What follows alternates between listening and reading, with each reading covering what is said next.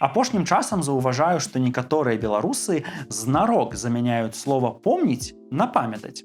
Магчыма, гэта адбываецца праз жаданне ўнікаць словаў, падобных да расейскіх, і такім чынам гучаць нібыта больш аўтэнтычна.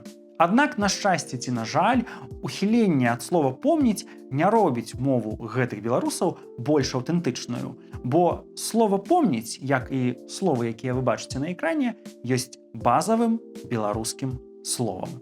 Такім чынам запрашаю вас не ўнікаць і пагатоў нікому не аддаваць наскае беларускае слова «помніць».